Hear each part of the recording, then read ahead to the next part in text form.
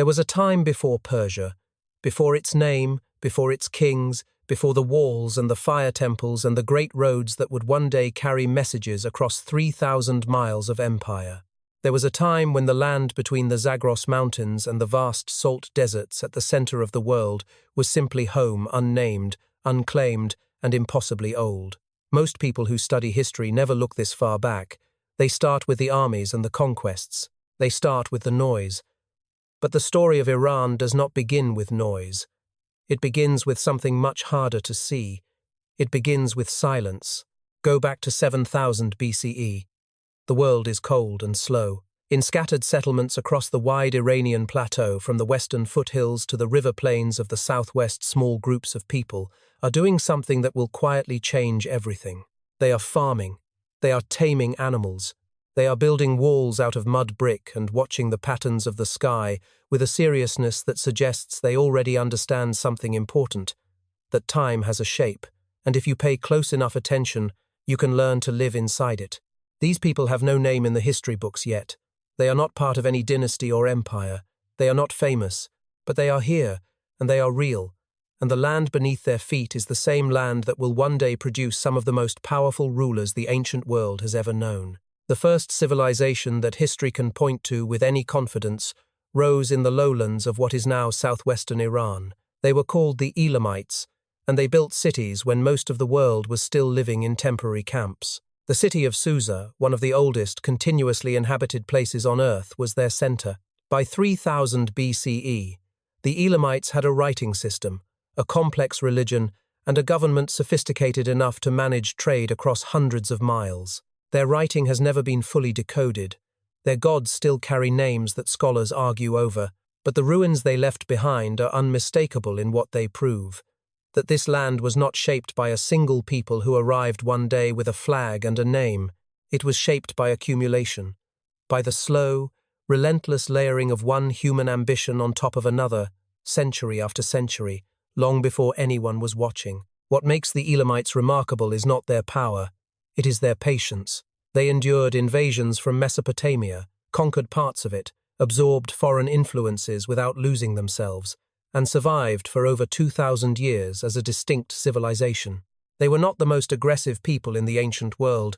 They were not the most famous, but they were persistent in a way that, looking back, seems almost like a preview of something much larger, a quality that the land itself seemed to breed into the people who lived on it, the quality of lasting when everything around you changes. Then, from the north, the Medes arrived. They came from the colder highlands of the Iranian plateau, a collection of semi-nomadic tribes who were, by most accounts, fierce fighters and deeply suspicious of anyone who tried to tell them what to do. For centuries, the Medes were divided clans and villages and small chiefdoms scattered across the mountains, impossible to unify, impossible to govern, too spread out to be conquered easily, but too fragmented to project any serious power outward. The Assyrian Empire, which ruled much of the ancient Middle East with a cruelty that made it legendary even in an era not known for softness, raided the Median highlands regularly, taking slaves and tribute, treating the northern plateau as a resource to be drained rather than a place to be respected. What happened next is one of those quiet historical moments that does not get enough attention. Sometime around 700 BCE, a Median leader managed something that had not been done before. He convinced enough of the clans to put down their individual grudges and recognize a shared enemy. The details are lost. We do not have his speeches. We do not have the councils or the arguments or the exact moment when the last holdout finally agreed. What we have are the results. The Medes unified. They built an army, and they made the Assyrians pay for every raid, every slave taken, every village burned. In 612 BCE, a combined Median and Babylonian force destroyed Nineveh, the great Assyrian capital, so completely that the city was buried under sand for 2,000 years before archaeologists found it again. The Medes had done what no one expected a group of highland tribesmen to do. They had become an empire. The Median Empire stretched from what is now eastern Turkey to the edge of Central Asia. It was rough and warlike compared to what would come after it, but it gave the Iranian plateau something it had never had before: a center. A sense that the scattered peoples of this enormous landscape were part of something connected. The Medes were not builders of great monuments. They are not remembered for poetry or philosophy. But they built something less visible and more important, the idea that the Iranian highlands could be a single political unit, that the land between the mountains and the deserts was not just geography, it was a world, and it was from the edge of that world, from a small, minor Persian tribe in the southwestern foothills that served the Medes as a subject people and paid them tribute and bowed its head when the Median king's messengers arrived, that the next chapter of this story was already being prepared. There was a young man there.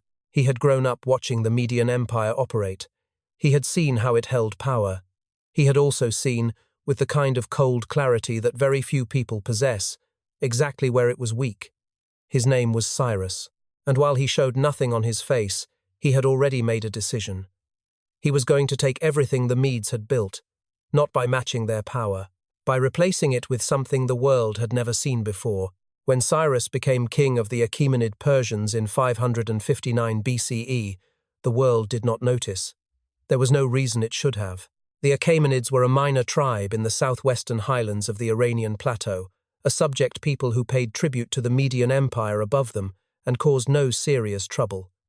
Their territory was modest, their army was small.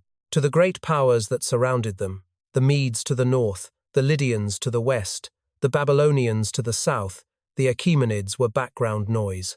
Not a threat, not a story worth telling, and Cyrus, their new king, was young enough that even the people closest to him could not have predicted what he was about to do to the world.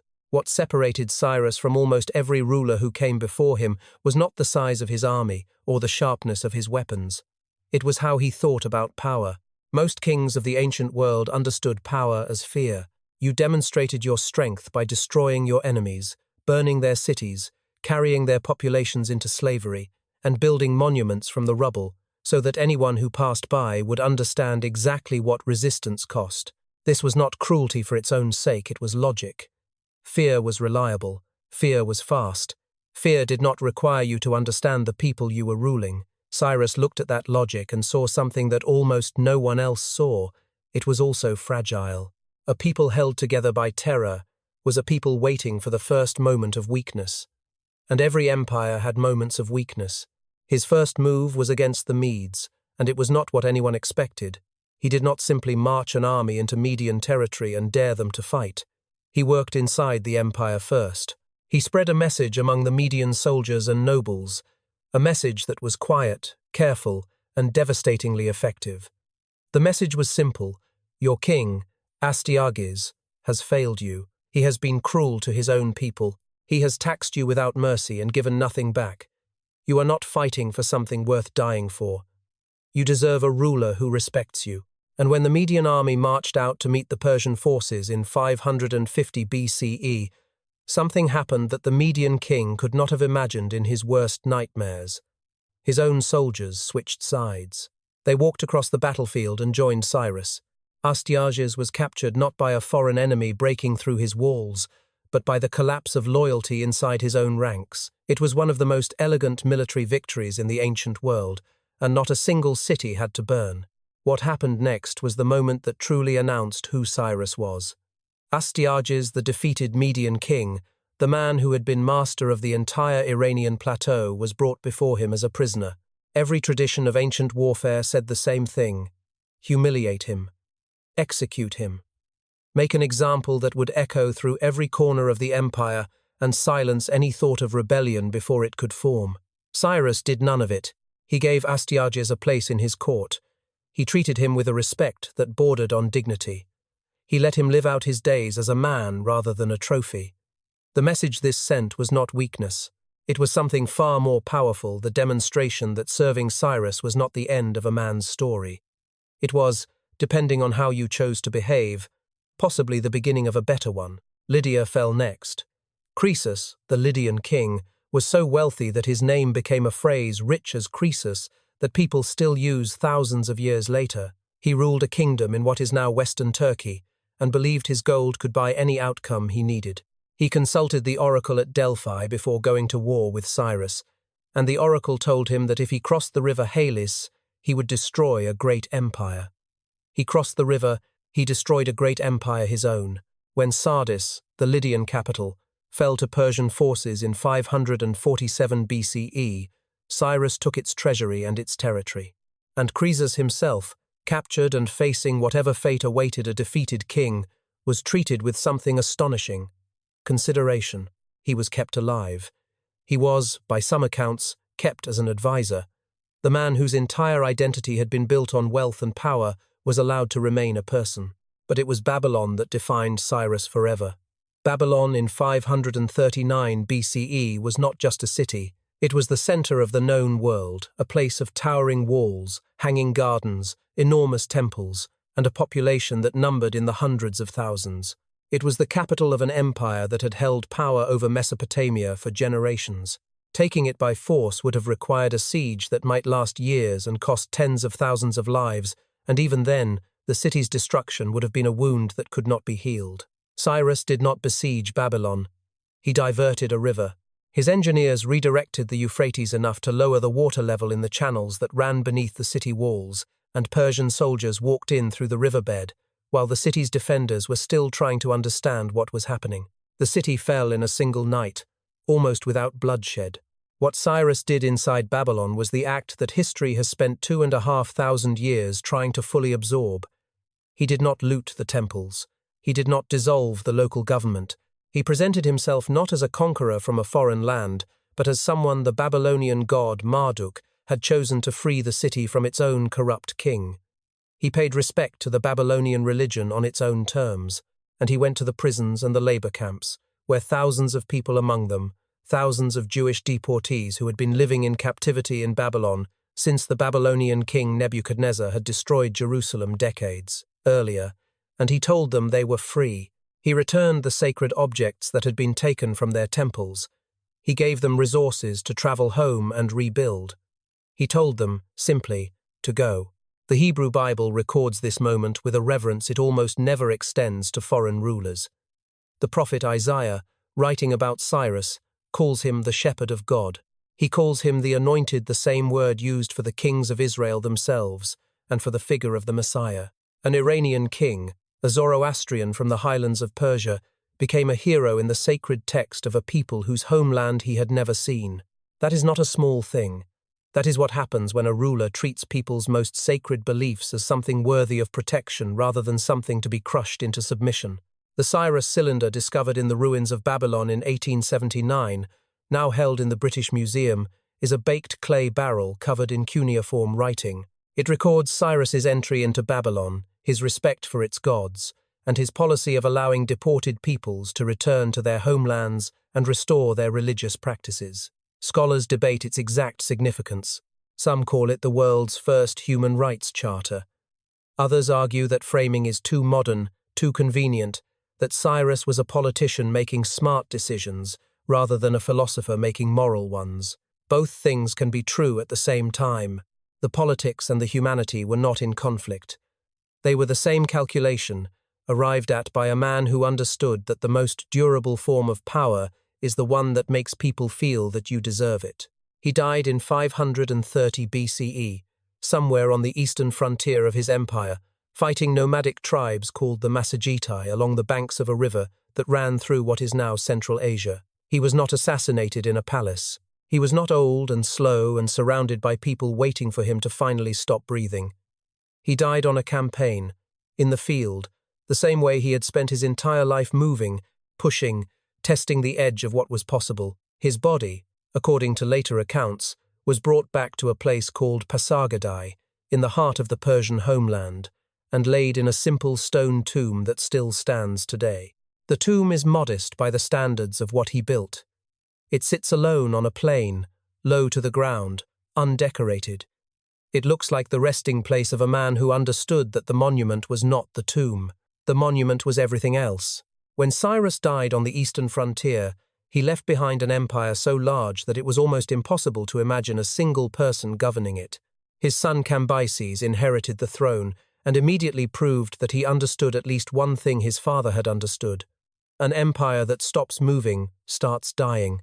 Within years of taking power, Cambyses launched an invasion of Egypt, the last great independent kingdom that still sat outside Persian control. Egypt fell.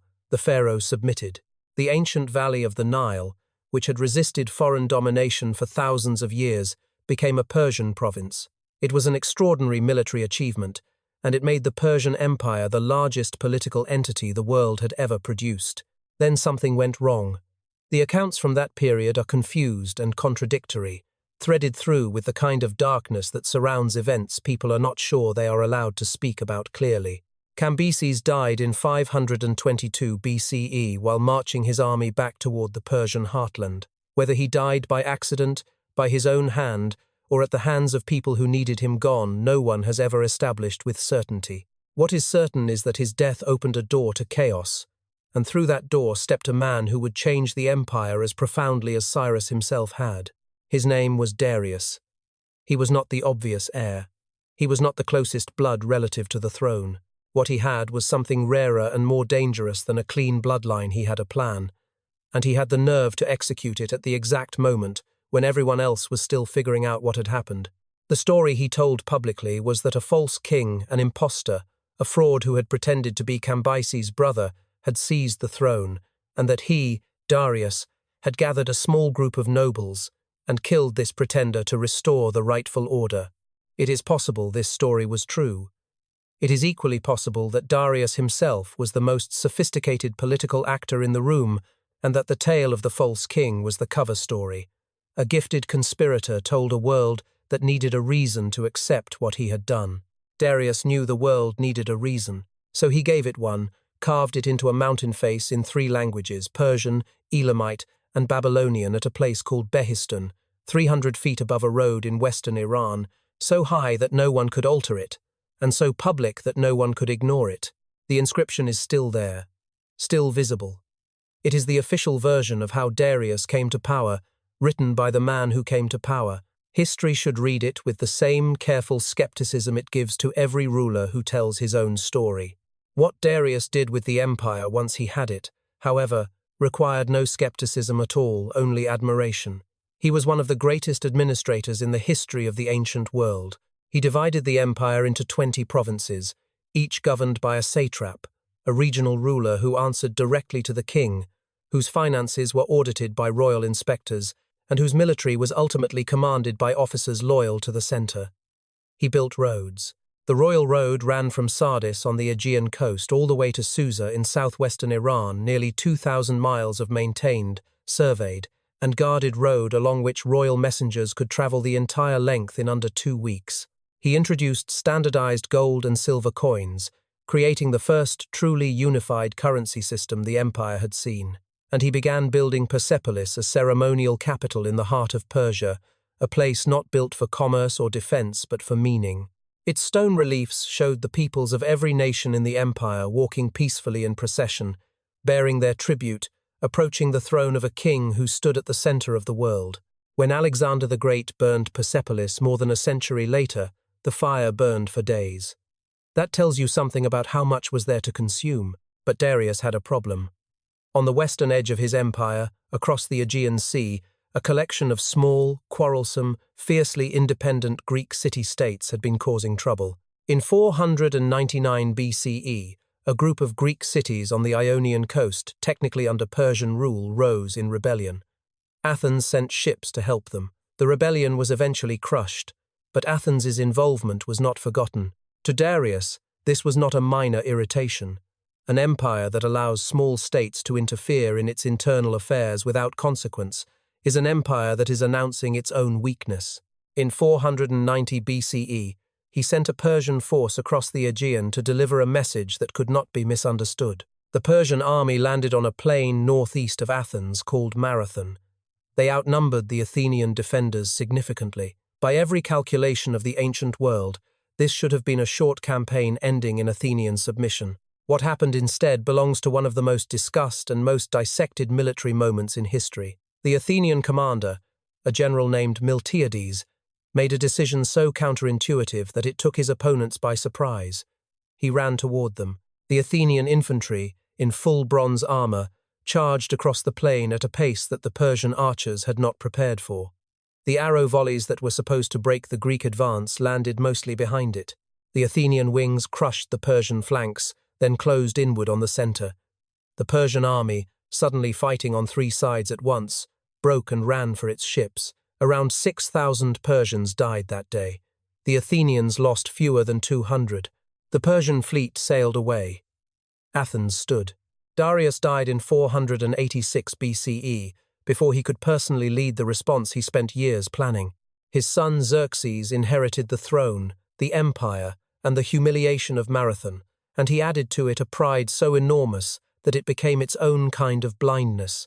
Xerxes did not send a punitive expedition to Greece. He prepared, over nearly a decade, the largest military campaign the ancient world had ever assembled.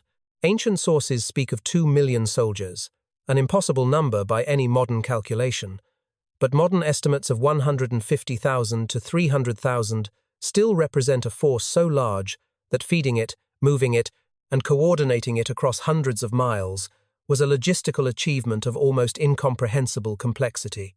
He bridged the Hellespont, the narrow channel between Europe and Asia, with a floating pontoon crossing nearly a mile long. When a storm destroyed the first bridge, Xerxes reportedly had the water whipped 300 times as punishment for defying him. He ordered a canal cut through the peninsula of Mount Athos to avoid a cape that had wrecked Persian ships before. He moved with the absolute certainty of a man who could not conceive of losing. At a narrow mountain pass called Thermopylae in 480 BCE, 300 Spartan soldiers, under a king named Leonidas, held the entire Persian advance for 3 days. They were eventually killed, betrayed by a Greek man who showed the Persians a path around the pass, but those 3 days gave the Greek alliance something it desperately needed: time. Time to evacuate Athens, time to consolidate the fleet, time to choose the ground for the next fight. Xerxes entered Athens and burned it. But the city's soul had already been carried out of it. The people were gone, and at a narrow channel of water between the Greek mainland and the island of Salamis, the Persian fleet sailed into a trap it did not see until it was already inside it. The Greek admiral Themistocles had spent months maneuvering Xerxes into this position, had even sent a secret message to the Persian king urging him to attack, knowing that the narrow water would neutralize Persia's advantage in numbers and expose its ships to the superior Greek rowing technique. Xerxes watched from a golden throne on the shore as his fleet was taken apart, ship by ship, hour by hour. He watched his greatest campaign become a catastrophe, and he could not look away. He went home. The land forces he left behind were defeated the following year at Plataea. Greece had survived. Persia had not been destroyed, not even close. The empire continued, rich and vast and functional, for another century and a half. But something had changed that could not be changed back. Before Marathon, before Salamis, there was a story the ancient world told itself about Persia: that it was unstoppable, that its armies were the tide, and everyone else was the shore. That story was now broken. The Greeks wrote plays and histories and philosophical arguments built on the meaning of what they had done. They had beaten the largest empire on earth. If that was possible, then anything was possible. The idea of Persia as an unbeatable force had been the psychological foundation of its dominance over weaker neighbors and subject peoples. That foundation now had a crack in it, and the crack was only going to widen. What no one in the Persian court wanted to say clearly, what the carved inscriptions and the royal proclamations all carefully avoided acknowledging, was the deeper truth that the Greek wars had exposed. The empire's greatest weakness was not military. It was the nature of size itself. An empire large enough to absorb Babylon, Egypt, and a dozen other ancient civilizations was also large enough that no single mind could fully understand it, no single will could fully direct it, and no single defeat could destroy it, but also no single victory could secure it. It was too big to lose quickly, but it was also, now, clearly too big to win everywhere, and somewhere far to the northwest, in a cold kingdom on the edge of the Greek world, a boy who would one day decide to test that conclusion was not yet born, but his father was. The clock was already running. To stand inside Persepolis even today, even in ruin, is to feel the weight of what it was meant to say. The stone reliefs that line its great staircases show a procession that never ends. Delegation after delegation from every nation under Persian rule, each carved in careful detail, each bearing the specific tribute of their homeland: Lydians with horses, Armenians with a bull, Ethiopians with elephant tusks, Babylonians with fabric so finely rendered you can almost feel its texture in the stone, all of them walking in the same direction, all of them walking toward the king. The message was not subtle, and it was not meant to be. The Persian king was not one ruler among many. He was the axis around which the known world turned. Every tributary, every subject, every people under the sun moved toward him in obedience and gratitude, and the universe was in its proper order. That was the story Persepolis told. It told it in stone, because stone lasts. What it could not tell, what no carved relief could safely show, was what was happening on the other side of those walls. After Xerxes came home from Greece, something in him changed. The man who had bridged the Hellespont and moved 500,000 soldiers across 2 continents had watched his fleet burn at Salamis and had ridden home with the knowledge that the story people told about him was no longer entirely under his control. He retreated into Persepolis. He commissioned buildings, added halls, refined the rituals of court life into something more elaborate than anything that had come before. The court of Xerxes became a world so regulated, so governed by ceremony and rank and the careful management of who could approach the king and how, that the king himself became increasingly isolated from the reality of the empire he ruled. Power in ancient empires flows toward the person who controls access to the ruler. When the ruler withdraws, the people around him become the empire's real center of gravity. Xerxes stepped back, and the men closest to him moved forward. In 465 BCE, Xerxes was murdered in his bedroom. The man who killed him was Artabanus, not a foreign enemy, not a rebellious satrap from some distant province, but the commander of the royal bodyguard, one of the most trusted figures in the Persian court. Artabanus had spent years in the inner circle of the empire's most powerful family. He knew every protocol, every access point, every moment in the king's daily routine when a man with the right authority and the right key could walk through a door and not be stopped. After the killing, Artabanus moved quickly to place Xerxes' youngest son on the throne, a young man he believed he could control, a puppet king behind whom the real power would belong to the man who had made him possible. It was a plan that required Artabanus to be the smartest person in the room for the rest of his life. He was not smart enough. Within a year, Artabanus was dead killed by the same prince he had tried to use. A young man named Artaxerxes who had decided, at some point in the chaos of those months, that surviving meant moving first. The throne passed to Artaxerxes. The blood stayed on the floor of the palace. And the pattern had announced itself. This was not a single act of violence in an otherwise stable institution. It was the opening of a chapter that would repeat itself, with variations, for the rest of the Achaemenid dynasty's existence. The problem was structural, and it was one that Cyrus himself had never fully solved. An empire this large could not be governed from a single room. It required satraps, regional governors who had real authority, real armies, and real treasuries. It required commanders who could make decisions in the field without waiting months for a message to travel back to the palace and return. It required trust, and trust meant delegation, and delegation meant that the men closest to power always had enough of it to want more. The Achaemenid court became a place where every relationship was also a competition, every alliance was also a hedge against future betrayal, and every woman who produced a son with a claim to the throne became, by that fact alone, a political force that the empire could not ignore.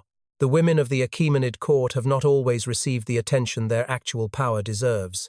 They operated in a world that did not give them formal military command or public political titles, but formal titles were never the only path to power in Persia or in any court that ran on personal relationships rather than transparent institutions. One queen in particular stands above the rest in the historical record, not because she was the most famous, but because she was the most consequential and the most frightening. Her name was Parysatis, and she was the wife of Darius II and the mother of 2 princes who would eventually go to war with each other for the throne. Parysatis loved one son, Cyrus the Younger, with a devotion that was indistinguishable in its effects from political obsession. She worked the court ceaselessly on his behalf. She built alliances, called in favors, and managed information with the skill of someone who had spent decades understanding exactly which levers moved which people. When her favored son died in battle in 401 BCE, killed fighting his own brother for the Persian throne, Parysatis did not collapse in grief.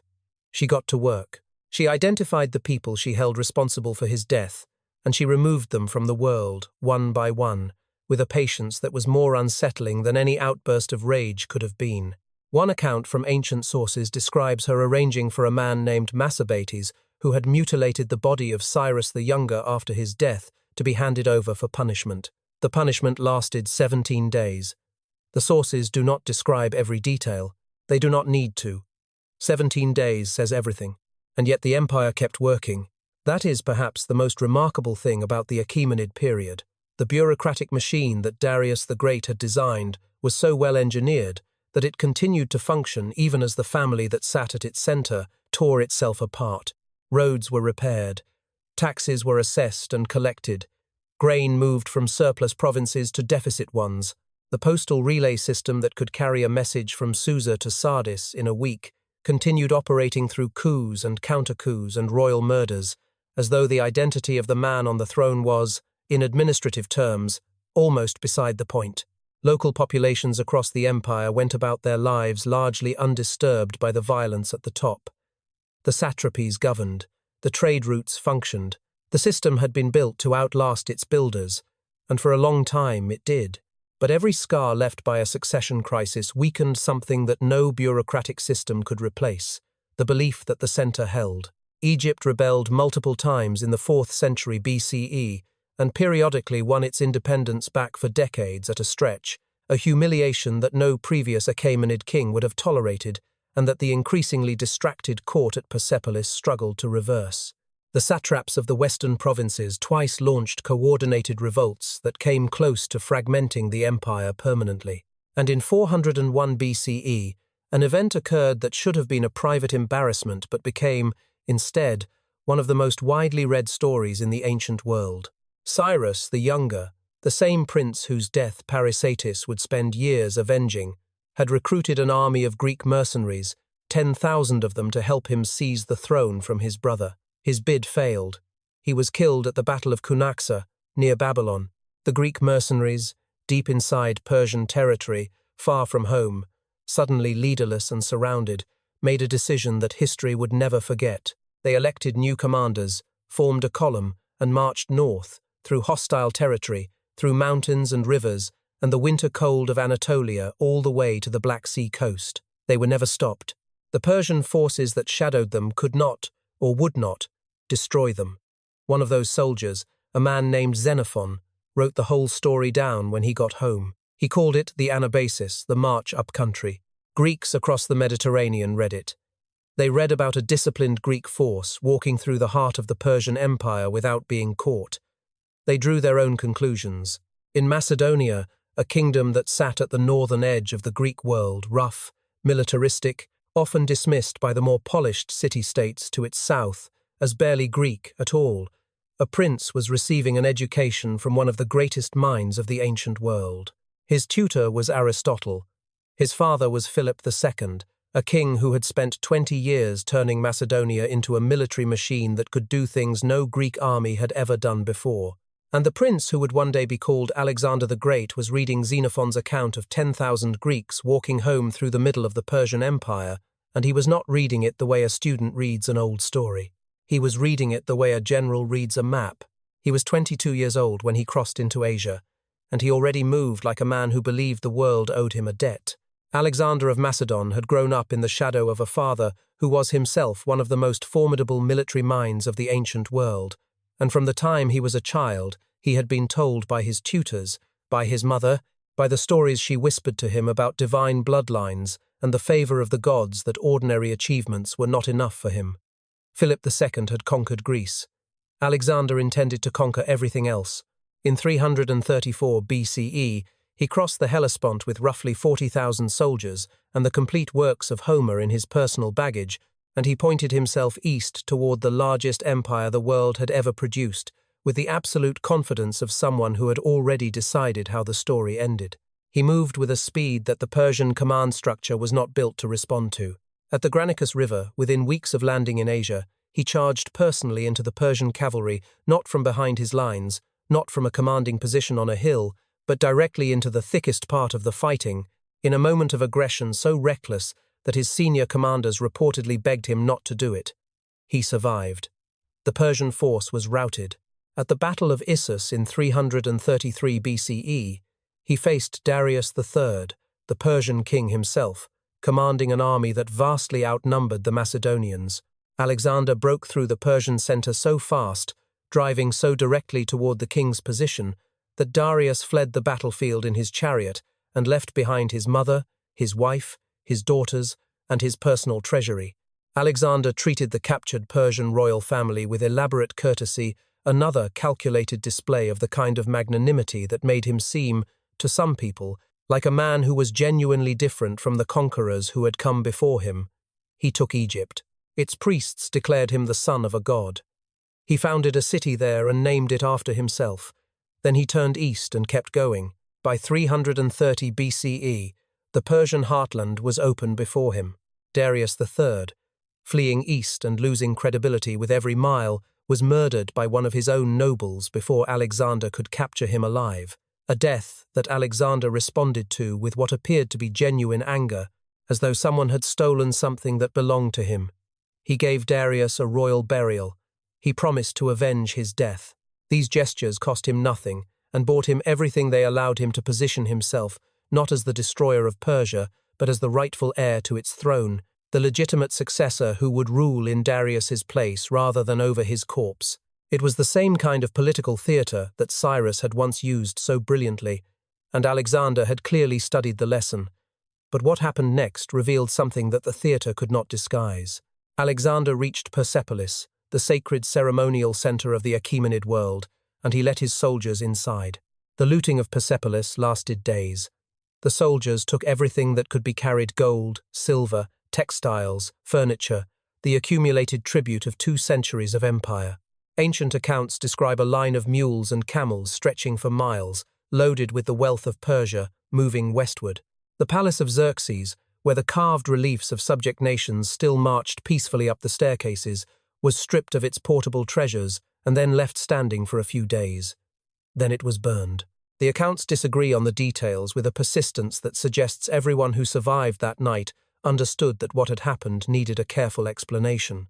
One version says Alexander ordered the burning as a deliberate political act, the revenge of Greece for the Persian sacking of Athens a century and a half earlier, a symbolic closing of an old wound by opening a new one.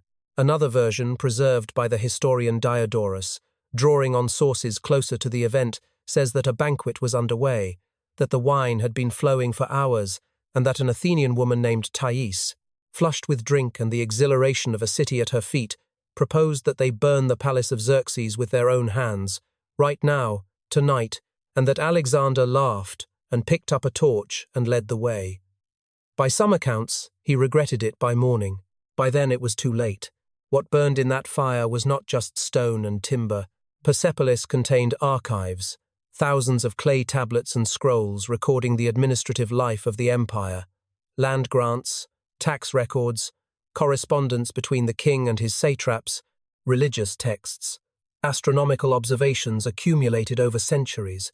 Not all of it was destroyed. Some records survived in other locations, and Persian oral tradition preserved much that was never written down at all. But what was lost permanently, in the way that a library fire loses things permanently. Not just the individual documents, but the connections between them, the context that makes isolated facts into a coherent understanding of how a civilization actually worked. Scholars working 2,000 years later are still trying to reconstruct pieces of what was in those archives. They will never fully succeed. The fire was too complete for that. The Persians who survived the conquest understood what had happened in a way that Alexander's own historians never quite captured. To the Greeks who wrote about his campaign, Persepolis was a symbol, the seat of the empire that had invaded their world. The palace of Xerxes, who had burned Athens, and its destruction was therefore a satisfying reversal, a historical correction delivered in the same currency it had originally been paid. But to the Persians, Persepolis was not a symbol. It was a place where their ancestors had prayed, where their kings had received the tribute of nations, where the accumulated memory of 2 centuries of civilization had been stored in clay and stone, and the carefully maintained traditions of people who understood that what you remember determines who you are. Alexander's historians wrote about the Persians as a people defeated. The Persians understood themselves as a people waiting. Alexander himself seemed, in his final years, to move toward a version of rulership that acknowledged the Persian world on its own terms. He adopted Persian court dress. He required the prostration ritual, the formal bow before the king, that Greek custom found humiliating but Persian tradition considered simply correct. He married a Bactrian princess named Roxana, and later married Darius's own daughter, deliberately binding his bloodline to the Achaemenid family he had destroyed. He promoted Persian nobles into positions of military command alongside his Macedonian officers, a policy that enraged many of his oldest companions. Whether this represented a genuine evolution in his thinking or simply the tactical absorption of a culture he had come to respect, is a question his own behavior left permanently ambiguous. He died in Babylon in 323 BCE, 32 years old, in a fever that came on after a banquet and did not break. His generals gathered around his bed in the last hours. When they asked him to whom he left his empire, he reportedly said, "To the strongest." Within a generation, his successors were at war with each other across the ruins of everything he had built. The territory that had been Persia passed to a Macedonian general named Seleucus, who founded the Seleucid Empire and ruled it from new Greek-style cities built across the Iranian plateau. Greek became the official language of administration. Greek settlers established colonies. Greek culture spread across the land of Cyrus and Darius and Xerxes like a layer of paint applied over something older and more durable. And underneath that paint, the Persian language continued to be spoken. The Zoroastrian priests continued their rituals in fire temples that the new rulers found expedient not to shut down. The farmers and the traders and the provincial administrators who had kept the Achaemenid machine running continued to keep the Seleucid machine running. Because the machine was not Greek or Persian, it was simply the shape that a complex society takes when it needs to function. Persia had not ended. It had gone underground. And it was already, slowly, beginning to surface again. There is a kind of empire that history forgets, not because it was small or weak, but because it did not perform loudly enough for the writers who came after it. The Parthians left no great epic texts about themselves. They built no single capital city magnificent enough to inspire generations of later admiration. Their kings did not commission the kind of self-glorifying inscriptions that Darius had cut into cliff faces in 3 languages. What the Parthians built was a functioning world, a vast, tolerant, surprisingly sophisticated empire that stretched across the Iranian plateau and Mesopotamia for nearly 5 centuries, longer than the entire history of the United States has yet run. And because they were quiet about it, because they governed through a loose federation of local lords and client kings, rather than a tightly controlled bureaucratic center, they slipped through the net of collective memory in a way that the louder empires around them never did. Most people who can name every Roman emperor and recite the battles of Alexander have never heard the name Arsaces, the Parthian founder, or Mithridates, the Parthian king who retook Mesopotamia from the Greeks. This chapter is about recovering something that history buried by simply not looking hard enough. The Parthians came from the northeastern edge of the Iranian plateau, from a region called Parthia that sat east of the Caspian Sea, at the boundary between the settled farming world and the open steppe, where the nomadic tradition of horsemanship had been refined over centuries into something close to an art form. When the Seleucid Greek Empire began to weaken in the mid-3rd century BCE, stretched too thin across too much territory, its eastern provinces increasingly difficult to govern from cities that had been built to look Greek in a landscape that was overwhelmingly Iranian, the Parthians moved. They did not conquer with a single dramatic campaign. They expanded gradually, absorbing one province at a time, installing their own lords while keeping local administrators in place, maintaining the trade networks and the agricultural systems that made these territories worth holding in the first place. By 141 BCE, under a king named Mithridates I, they had pushed the Greeks entirely out of Mesopotamia. The old heartland of the Achaemenid world, the river valleys between the Tigris and the Euphrates, the city of Seleucia on the Tigris that the Greeks had built as their eastern capital, was Iranian again. The Parthian approach to governing this enormous territory was one that an Achaemenid king would have recognized, and that a Roman administrator would have found bewildering. They did not enforce a single language, a single religion, or a single legal system across their empire. Greek continued to appear on coins and in official documents alongside Parthian because large parts of the population still used it. Zoroastrian temples operated openly. Jewish communities in Mesopotamia flourished. Local kings in Armenia and Osroene and a dozen other border states maintained their thrones as long as they acknowledged Parthian supremacy, and delivered their tribute and their soldiers when called upon.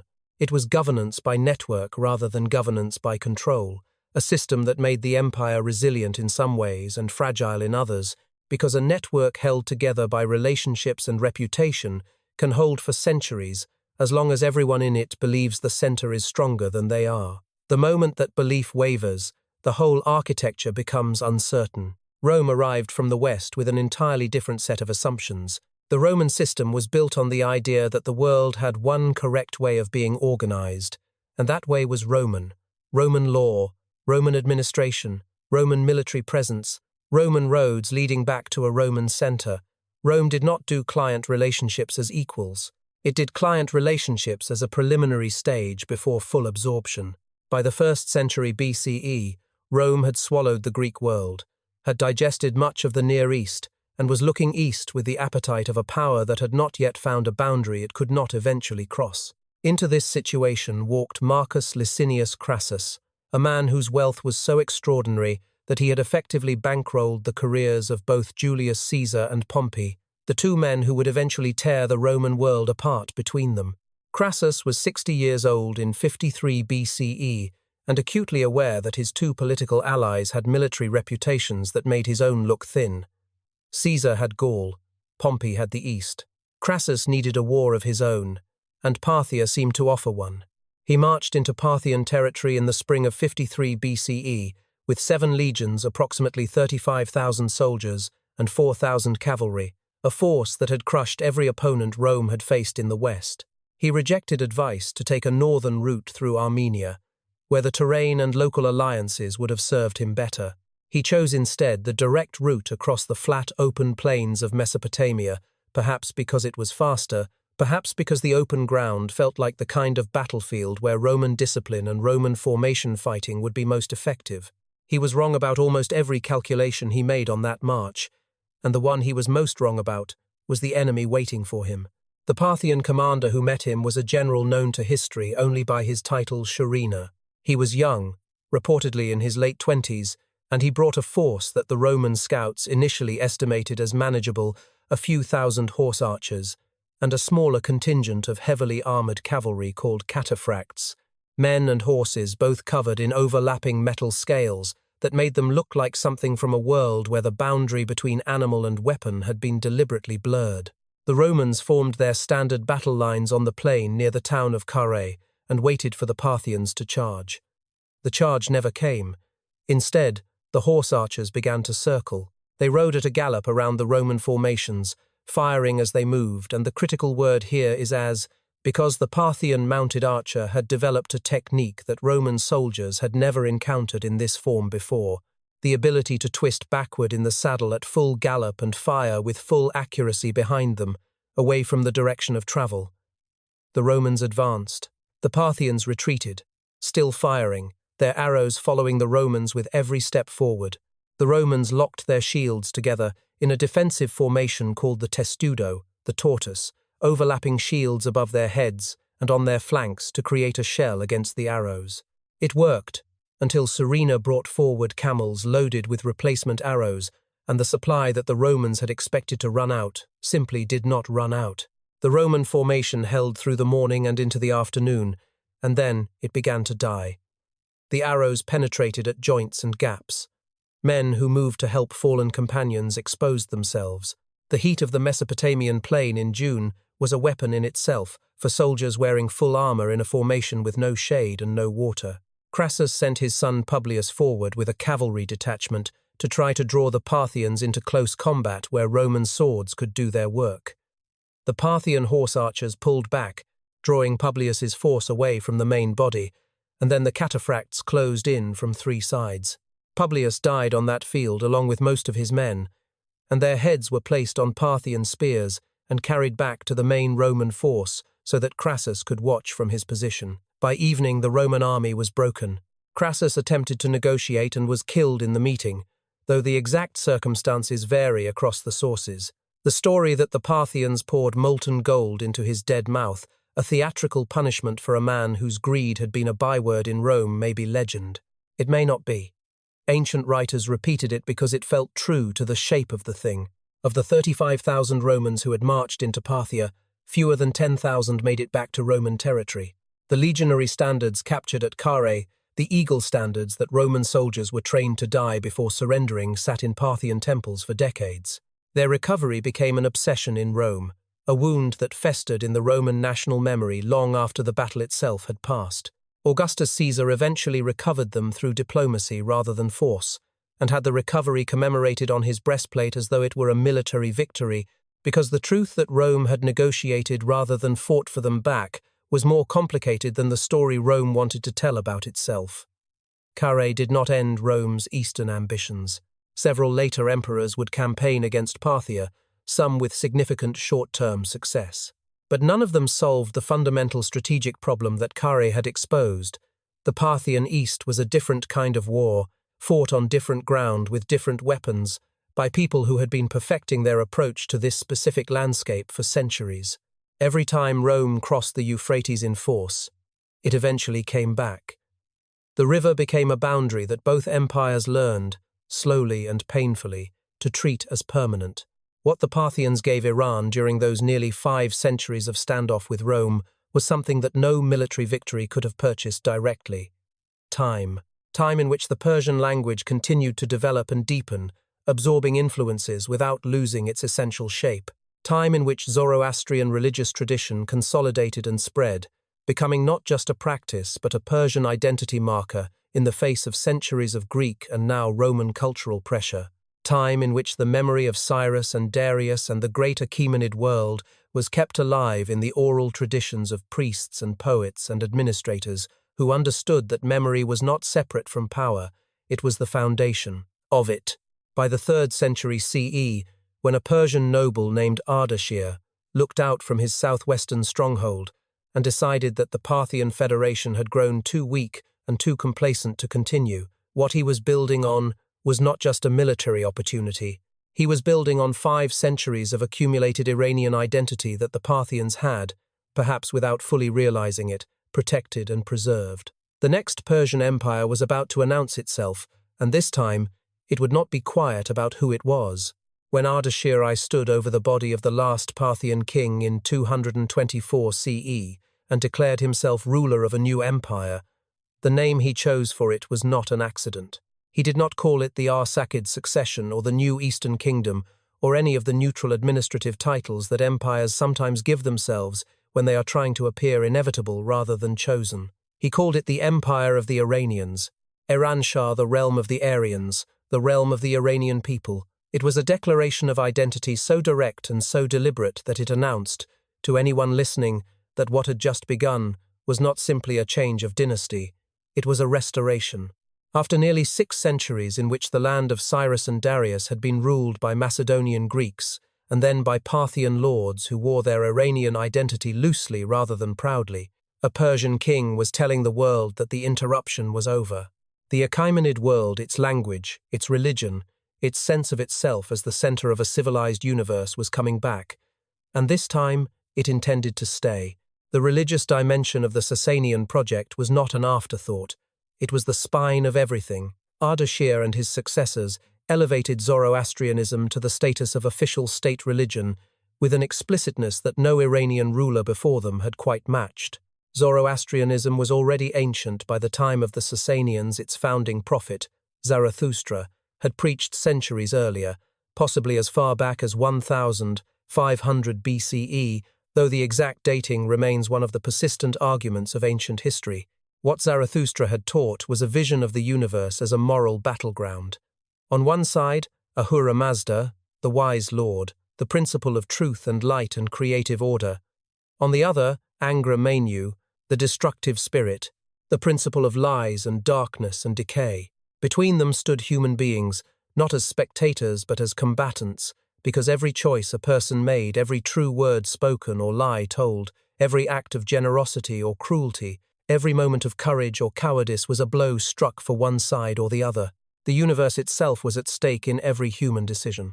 The Sasanians built fire temples across every province of their empire, because fire was the living symbol of Ahura Mazda's truth, something that purified what it touched and gave light to everything around it, and could not be corrupted as long as it was tended faithfully. To let the sacred fire go out was not just negligence, it was a statement about what you valued. But the Sasanian cultural project went beyond ceremony. What they undertook with genuine historical urgency was a systematic attempt to recover what Alexander's fire had destroyed. Royal commissions sent scholars outward to gather the fragments of pre-conquest Iranian knowledge that had scattered into oral tradition, into the memories of Zoroastrian priests, into texts preserved in distant provinces that the Macedonian armies had never fully reached. The great Iranian myths, the stories of the first kings, the world's earliest heroes, the cosmic wars between light and darkness that prefigured all of human history were collected and organized into a body of tradition that would eventually become the raw material for the Shahnameh, the Book of Kings, the massive Persian epic that the poet Ferdowsi would finish in 1010 CE. The Shahnameh is over 50,000 couplets long. It is the national epic of Iran in the same way that Homer is the national epic of Greece, except that it draws on a tradition of preservation and transmission that the Sasanians had deliberately constructed 7 centuries before Ferdowsi put it into its final form. Without that Sasanian effort, the Shahnameh would not exist. The stories would have been lost, the way so much else was lost, in the fires that Alexander's soldiers lit and the centuries of Greek overlay that followed. Military power backed the cultural revival at every step. The Sasanians were not content to rebuild Iran's inner life while accepting a secondary strategic position in the world. They pushed west from the moment Ardashir established his throne, reclaiming territory from the remnants of Roman influence in Mesopotamia and directly confronting the most powerful military organization on earth. The confrontation produced one of the most astonishing moments in the entire history of the ancient world. In 260 CE, the Sasanian king Shapur met a Roman army led by the Emperor Valerian himself near the city of Edessa in what is now southeastern Turkey. The exact details of what followed have been debated for centuries, but the outcome is not in dispute. Valerian was captured. A sitting Roman emperor, the man who commanded the armies of the most powerful state in the Western world, who was considered the earthly representative of Roman divine favor, was taken prisoner by an Iranian king on an open battlefield. It had never happened before in Roman history. It would never happen again. Shapur understood exactly what he had in his hands. He did not ransom Valerian quietly and allow Rome to manage the humiliation at a comfortable distance. He memorialized it. At Nakhche-Rostam, the same sacred cliff face in southwestern Iran where Achaemenid kings had carved their own legacies into the rock, Shapur commissioned a relief carving that spread across the stone face with the calm confidence of a man recording a permanent truth. In the carving, Shapur sits on his horse, upright, composed, occupying the center of the composition with the relaxed authority of a man for whom this outcome was never really in question. Before him, one Roman emperor kneels, Philip the Arab, who had paid tribute to end an earlier war, and beside Philip, Shapur's hand grips the wrist of another figure, Valerian, standing but held, not kneeling, not executing, held. The posture of a man who belongs to someone else now. The carving is still there. Tourists stand below it today and look up at a Roman emperor in the grip of a Persian king, and the stone has not changed its story in 17 centuries. The wars that followed Shapur's capture of Valerian did not end Rome's involvement in the East, and they did not resolve the strategic competition between the two empires. What they established was a rhythm, a long, grinding, catastrophically expensive cycle of attack and counterattack, siege and counter-siege, treaty and violation and new war that consumed the resources of both empires for the better part of 300 years. Roman emperors from Galerius to Julian to Heraclius all launched eastern campaigns with varying degrees of success. Sasanian kings from Shapur II to Khosrow I all pushed back with matching ferocity. The city of Nisibis changed hands multiple times. The city of Antioch was sacked by Persian forces in 256 CE and again in 540 CE. The two empires developed such intimate knowledge of each other's military systems that their generals sometimes seemed to be playing an extended game against an opponent they had studied so thoroughly that genuine surprise was almost impossible. Khosrow I, who ruled in the 6th century CE, is remembered in Iranian tradition as Anushirvan, the immortal soul, for a reign of legal reform, administrative reorganization, and cultural patronage so comprehensive that it became the standard against which later rulers measured themselves. He translated Greek philosophical and scientific texts into Middle Persian. He gave asylum to the last Neoplatonist philosophers when the Christian emperor Justinian shut down the academy in Athens. The man Rome and Byzantium spent decades fighting was simultaneously running the most intellectually cosmopolitan court in the world. The cities of the Sasanian Empire were places where the categories that the modern world uses to divide people, religious identity, ethnic origin, cultural tradition, operated with a fluidity that later centuries would find difficult to sustain. Zoroastrians, Christians of multiple denominations, Jews whose communities in Mesopotamia stretched back to the Babylonian captivity of the 6th century BCE, Buddhists from the eastern provinces, Manichaeans following the teachings of a prophet who had synthesized elements of Zoroastrianism, Christianity, and Buddhism into a new synthesis. All of these communities lived inside the Sasanian world, some more comfortably than others depending on the political climate of a given reign, but all of them present, all of them contributing to a civilization whose material culture was so refined that it traveled. Sasanian silk patterns were copied across the Mediterranean world and into China. Sasanian metalwork influenced Byzantine craftsmen. The game of chess, which the Sasanians received from India and refined, spread westward from their court to the Arab world and then to Europe. The world played a Persian game for 1,000 years without knowing where it came from, but the pattern that had destroyed the Achaemenids was inscribed so deeply into Persian imperial culture that not even the most gifted Sasanian kings could fully escape it. As the empire aged, as the nobility that held the provincial military commands grew richer and more entrenched, as the Zoroastrian priesthood accumulated land and influence that made it a power unto itself independent of the throne, the center began to hollow out in ways that looked, from the inside, like normal politics, and looked, from the outside, like systemic decay.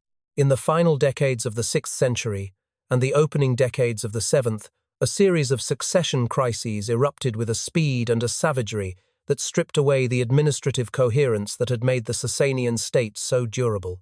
In 628 CE, the single year that tells you everything you need to know about how far the empire had fallen, 3 different men sat on the Sasanian throne.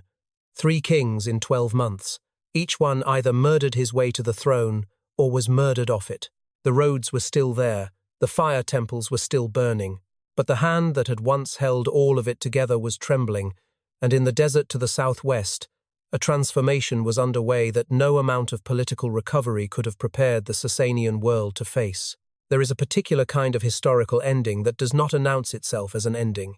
There is no single battle that decides everything, no single morning when people wake up and understand that the world they knew yesterday no longer exists.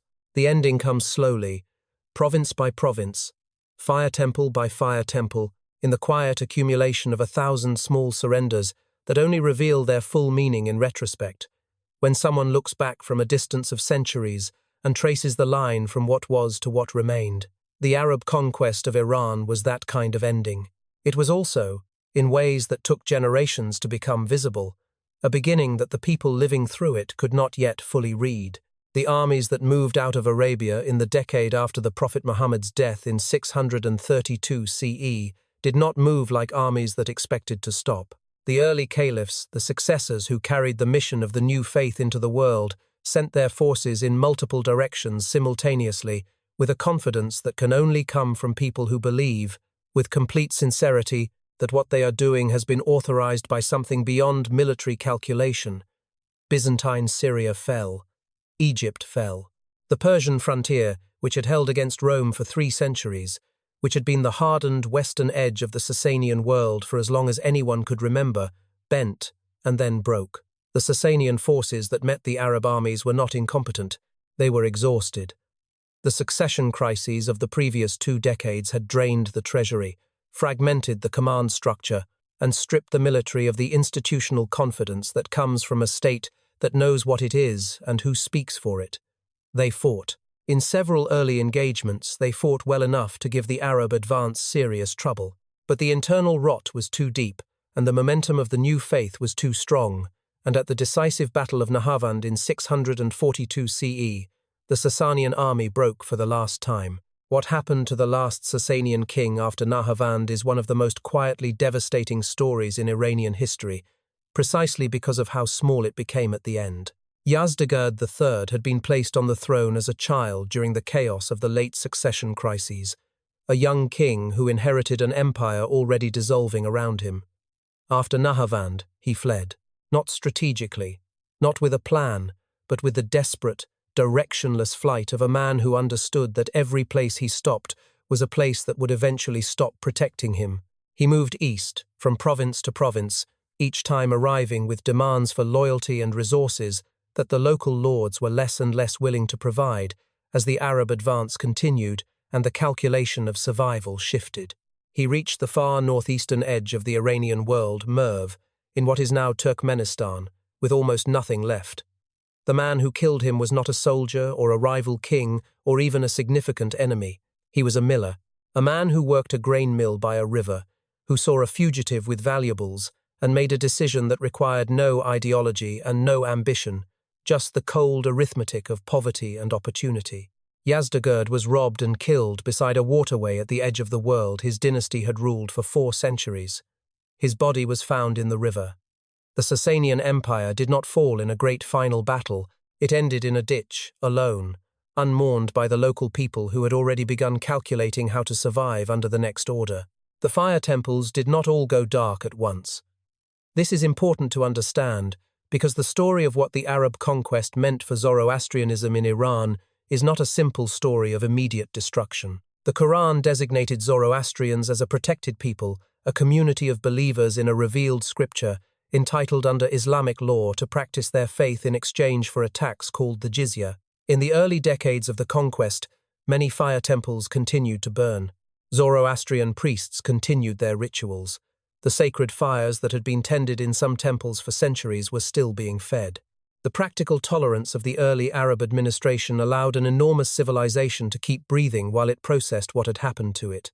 But tolerance administered from above is not the same as equality, and the pressure to convert was not primarily physical. It was structural.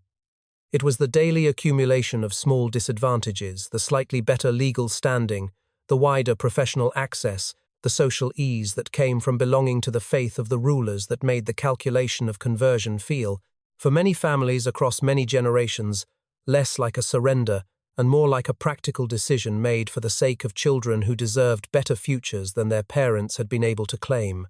What Iran did with Islam over the following centuries is one of the most remarkable stories of cultural transformation and resistance that the historical record contains, and it is remarkable precisely because it does not fit the simple narrative of either conquest or survival intact.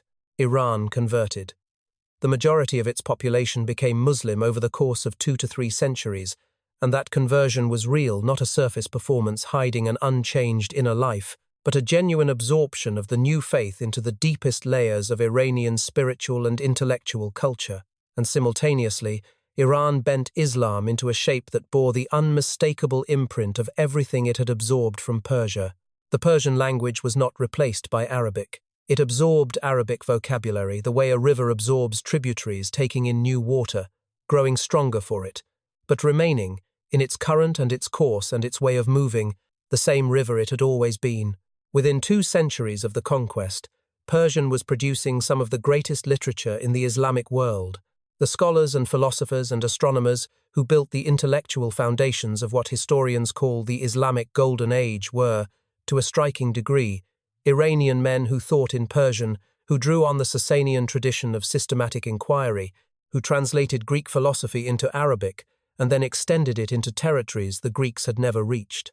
The theological dimension of the transformation was the deepest and the most enduring. Shia Islam, the tradition that holds that the Prophet's family, specifically his cousin and son-in-law Ali and Ali's descendants, were the rightful leaders of the Muslim community, found its most passionate and most permanent home in Iran.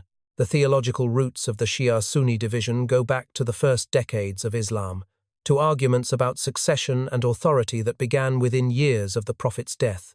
But the emotional resonance of Shia tradition, its emphasis on suffering, on legitimate authority defeated by raw power, on the tragedy of the righteous, crushed by the expedient, spoke to something in the Iranian historical experience that went deeper than theology. a people who had watched their empire dismantled, their sacred fires extinguished one by one, their ancient king murdered by a miller at the edge of the world. Such a people understood, in their bones, what it meant for the right to lose to the strong. Shia Islam gave that experience a sacred shape. It gave Iranian grief a story to live inside. That story crystallized around a single event that occurred 40 years after the conquest, at a place called Karbala, in what is now southern Iraq. In 680 CE, Imam Hussein, the grandson of the Prophet Muhammad, the son of Ali, the man whom Shia Muslims recognized as the rightful leader of the community, led a small group of followers against the army of the Umayyad Caliph Yazid, a ruler whose claim to legitimacy many Muslims found deeply problematic. Hussein knew he was outnumbered. He knew what the likely outcome was. He went anyway, because the alternative, accepting the authority of a ruler he believed was corrupt and illegitimate, was a compromise that his conscience would not make. He was killed at Karbala, along with most of the men who had come with him. His head was taken to Damascus. The women and children of his party were taken captive. The event was, in military terms, a minor skirmish in a much larger political struggle. In spiritual terms, it became the central wound of Shia Islam, a martyrdom that resonated with such force across the centuries that it is still being mourned, still being commemorated, still being wept over by millions of people more than 1,300 years after it happened. Every year, on the 10th day of the Islamic month of Muharram, the day called Ashura, Iran stops. People pour into the streets in black clothing. Drums beat a slow, heavy rhythm that seems to come from somewhere below the chest.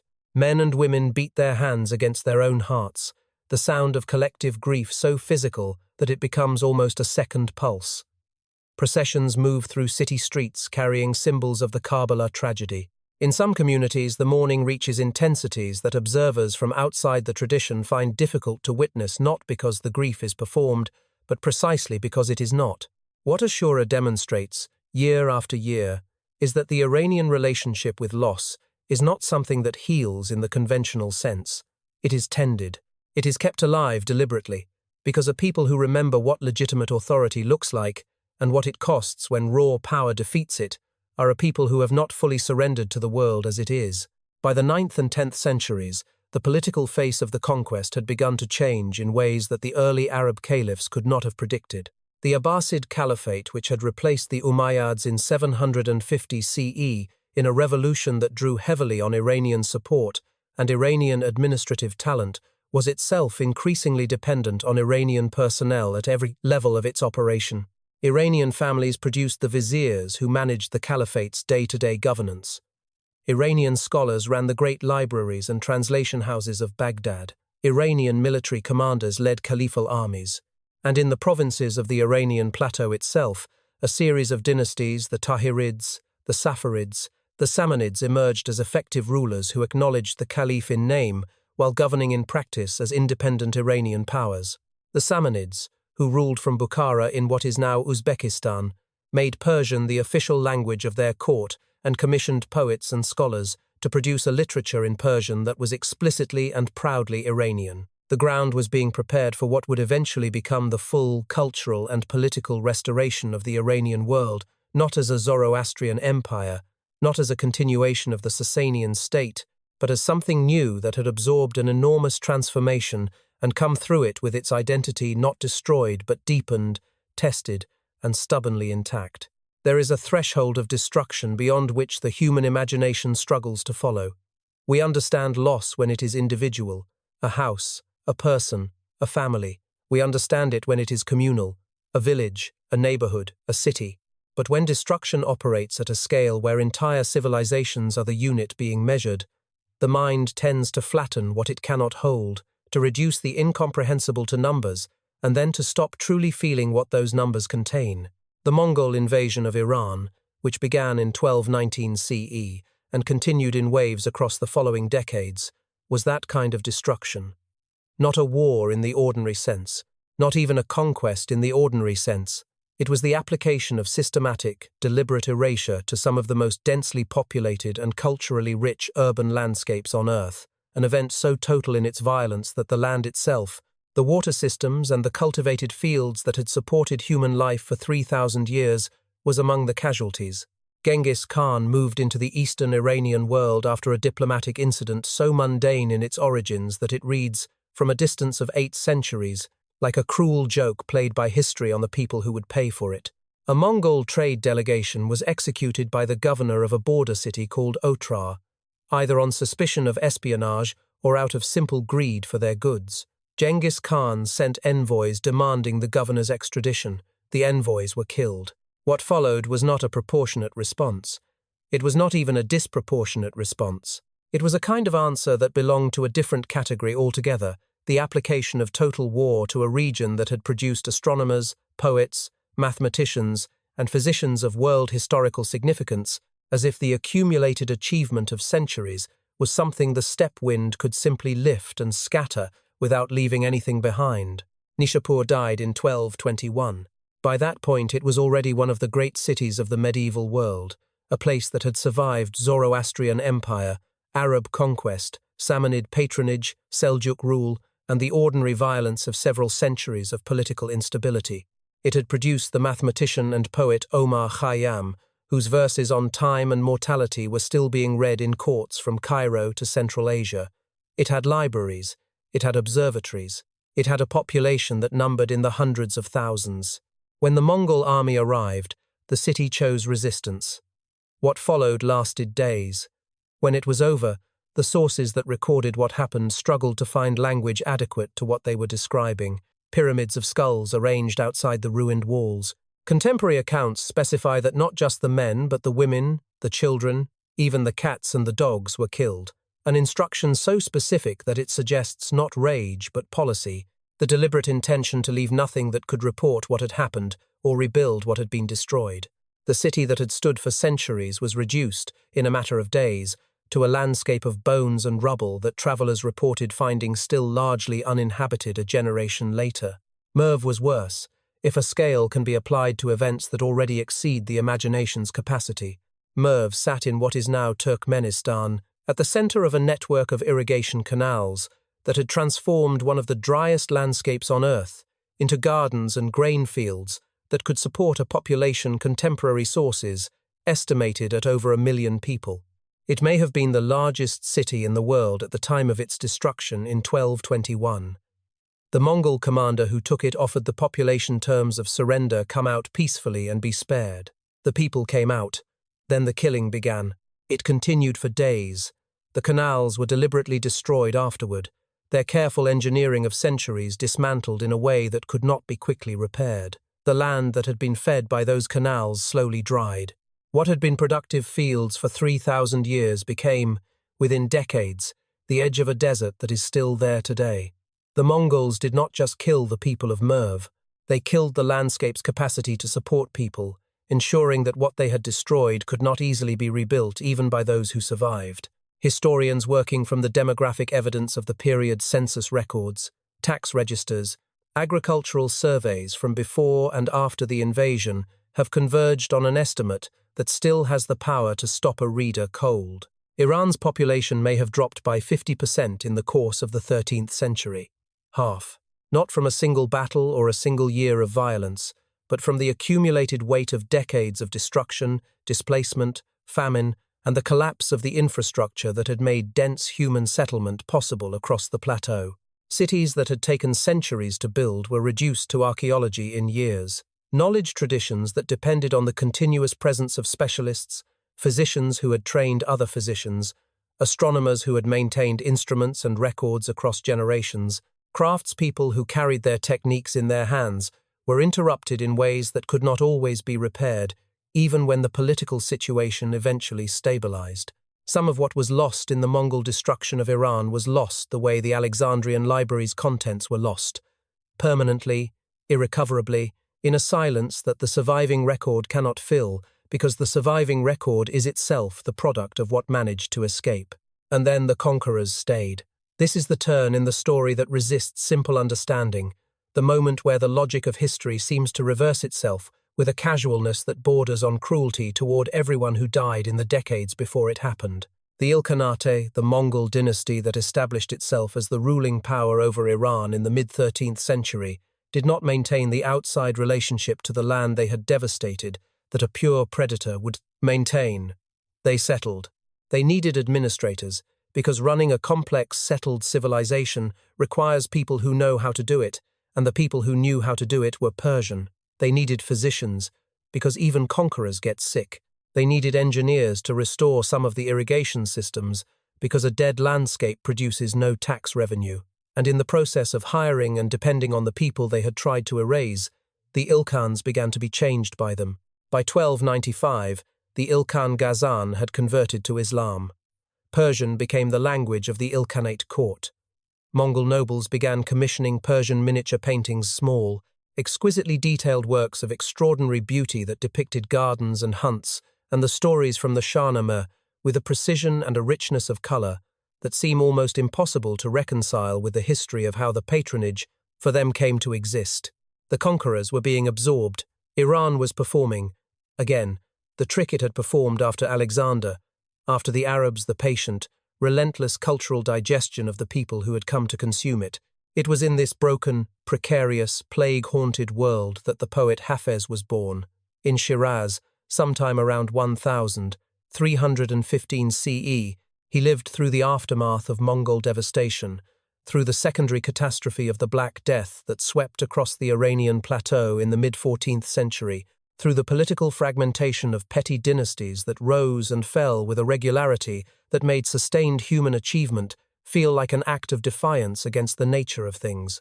What he produced, in this environment, was the Divan, a collection of ghazals, short lyric poems in a Persian form of extraordinary technical difficulty that addressed wine, love, the divine, hypocrisy, the nature of the hidden and the revealed, the gap between what religious authority claims and what the human heart actually knows.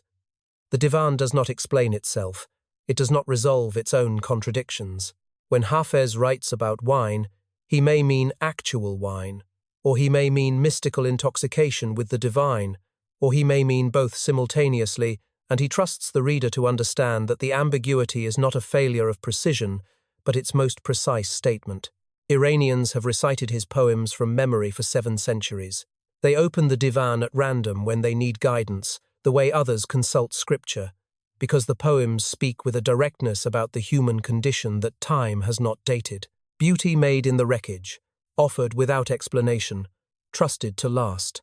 The Safavid dynasty that emerged in 1501 under Shah Ismail inherited a world that had been broken and partially rebuilt multiple times in the preceding 3 centuries, and it responded to that history with an ambition so complete that it was almost architectural in its totality.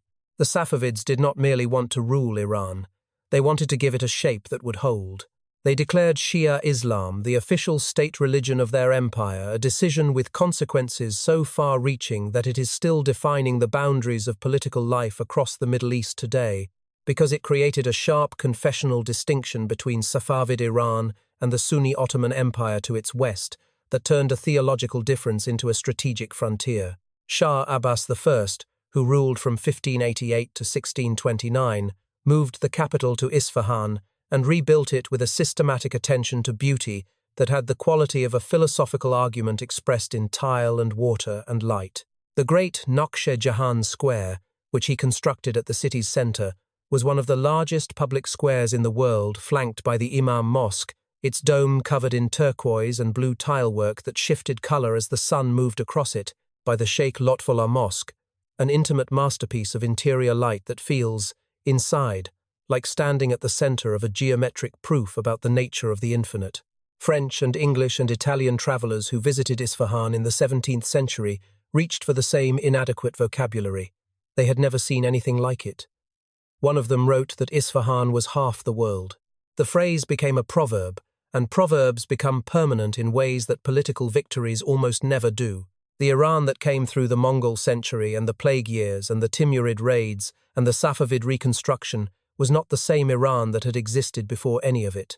How could it be? It had lost half its people to violence and famine. It had lost libraries and astronomical observatories and the unbroken chains of teacher-to-student transmission that carry knowledge across generations in ways that no single text can fully replace. It had been conquered by people who burned its cities and then, within a generation, were sitting in the ruins reciting Persian poetry and commissioning Persian art and converting to the faith of the people they had tried to kill. What Iran carried out of all of that was not innocence. It was something harder and stranger than innocence, a knowledge earned through catastrophe so many times that it had become structural, that beauty was not what you made after survival, beauty was how you survived. The rose garden that Hafez wrote about was not a metaphor for somewhere else. It was the place you built in your mind when every other place had been taken from you, and it was real in the only way that finally matters. It outlasted everything that tried to destroy it. The empires that tried to erase Iran across 2,500 years came with armies. They came with horses and fire and the visible machinery of conquest.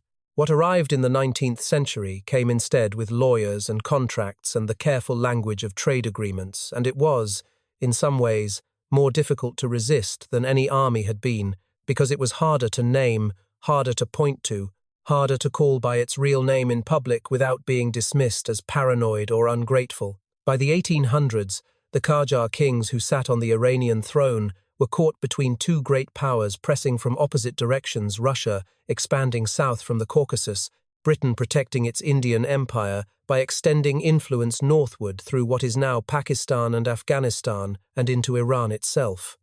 The Qajars were not strong enough to hold both off. They began to sell concessions, legal agreements that handed over control of specific industries or resources or trading rights to foreign companies in exchange for loans that the court needed to survive, became the primary instrument through which Iran's economic sovereignty was quietly transferred to outside hands. The Iranian people, who were not consulted in these transactions, were not unaware of what was happening. The tobacco protest of 1891 was the first clear signal of what that awareness could become when it found an organizing principle. A British company had been granted a complete monopoly over the production, sale, and export of Iranian tobacco, a crop grown by Iranian farmers, traded by Iranian merchants, smoked by Iranian men and women in the intimate social ritual of the kalyan, the water pipe, that was as central to Iranian daily life as the tea glass that accompanied it. The grant of this monopoly was not announced as a political act. It was presented as a business arrangement, a rational extension of the commercial logic that European powers had been applying to the resources of weaker states for decades. What it encountered in Iran was something the arrangers had not anticipated, a refusal that crossed every division in Iranian society. Shia clerics issued religious rulings against using tobacco as long as the monopoly held. Merchants closed their bazaars. Ordinary people put down their pipes. The Shah's own household women reportedly refused to smoke in observance of the boycott. Within months, the concession was cancelled. A foreign economic intrusion had been defeated not by an army, but by the coordinated refusal of an entire people to participate in their own exploitation. The seed planted by that victory would take 15 years to flower, but it flowered. In 1906, Iran had a democratic revolution. This fact appears in fewer Western history textbooks than it deserves to, possibly because the story of what happened to it afterward is too uncomfortable to tell alongside the revolution itself. The constitutional revolution, as Iranians called it, forced the Qajar king to accept a constitution and the creation of a parliament, the Majlis. The coalition that achieved this was remarkable in its breadth. Secular intellectuals who had been reading European political philosophy, Shia clerics who believed constitutional limits on royal power were theologically sound, merchants who wanted legal protections for their businesses, and workers who wanted something they could recognize as a stake in the country they lived in. For a brief period, the parliament functioned, debates were held, legislation was passed. Iranians governed themselves in a way they had not done since the Sasanian bureaucrats had run the caliphates from inside, and the experience was, by every contemporary account, intoxicating in its novelty.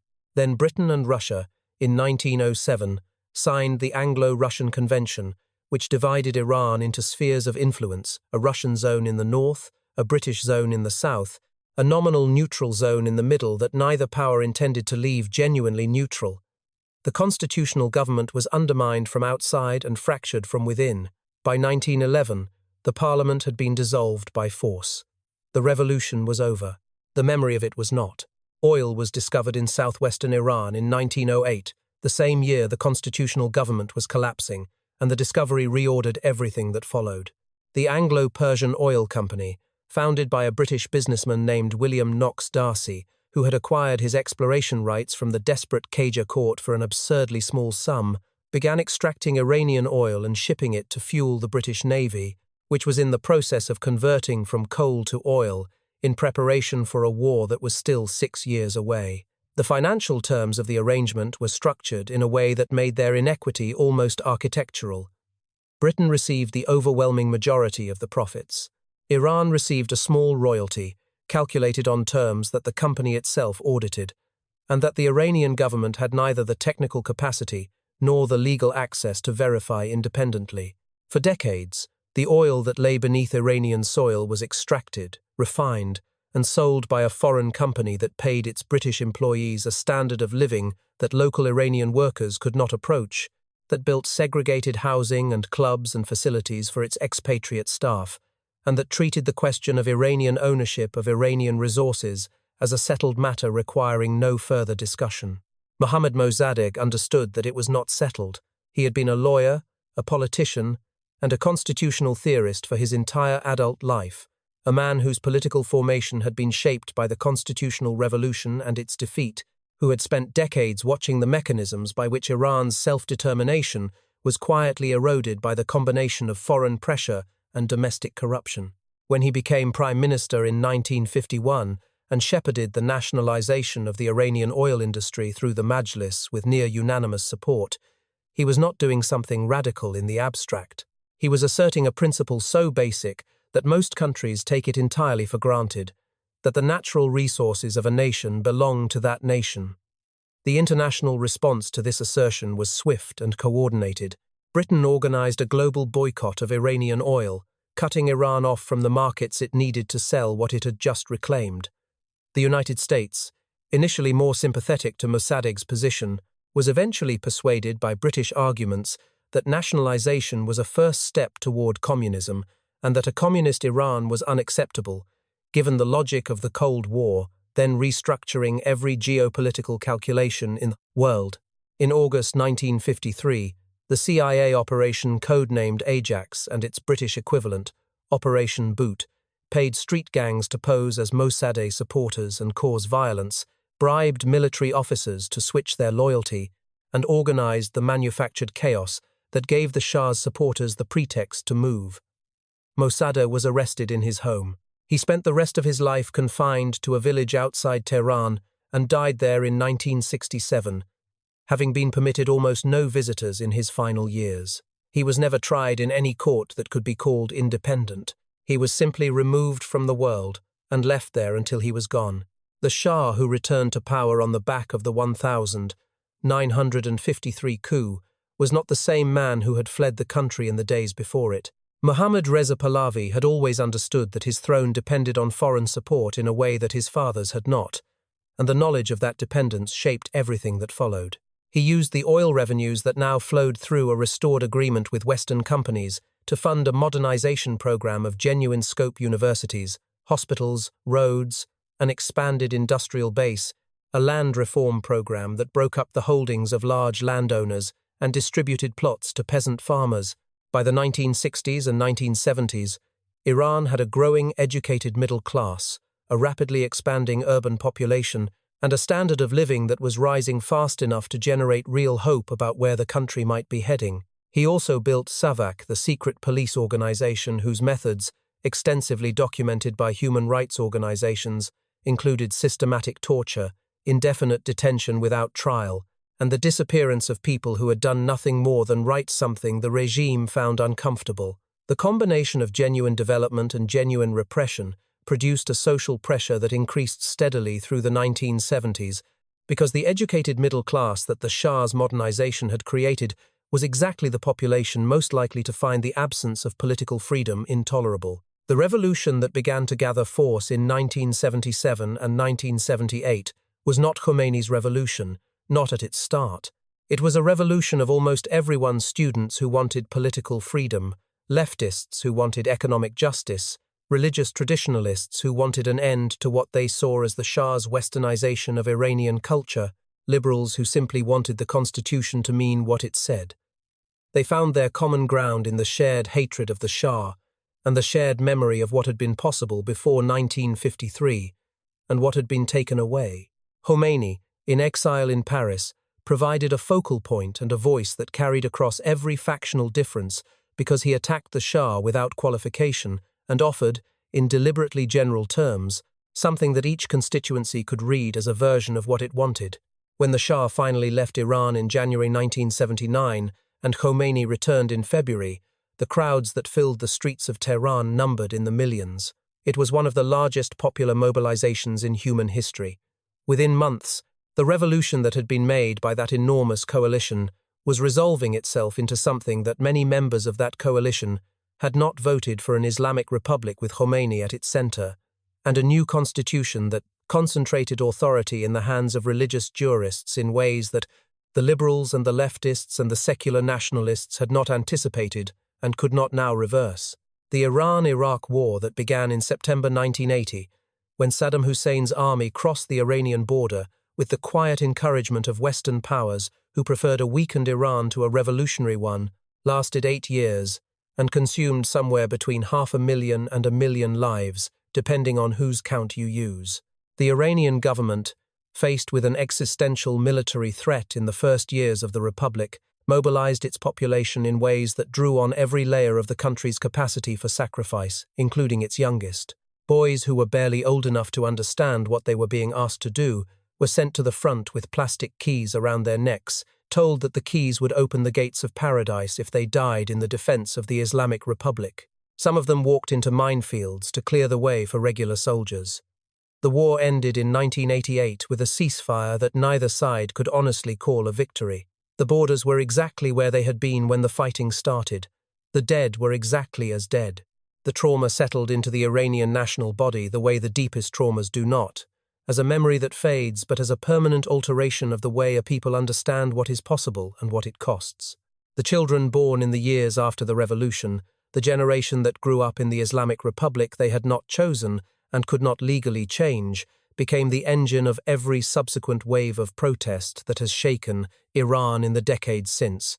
The Green Movement of 2009, which erupted after a presidential election that millions of Iranians believed was fraudulent, filled the streets of Tehran with people carrying green scarves and signs that asked a question rather than made a demand. Where is my vote?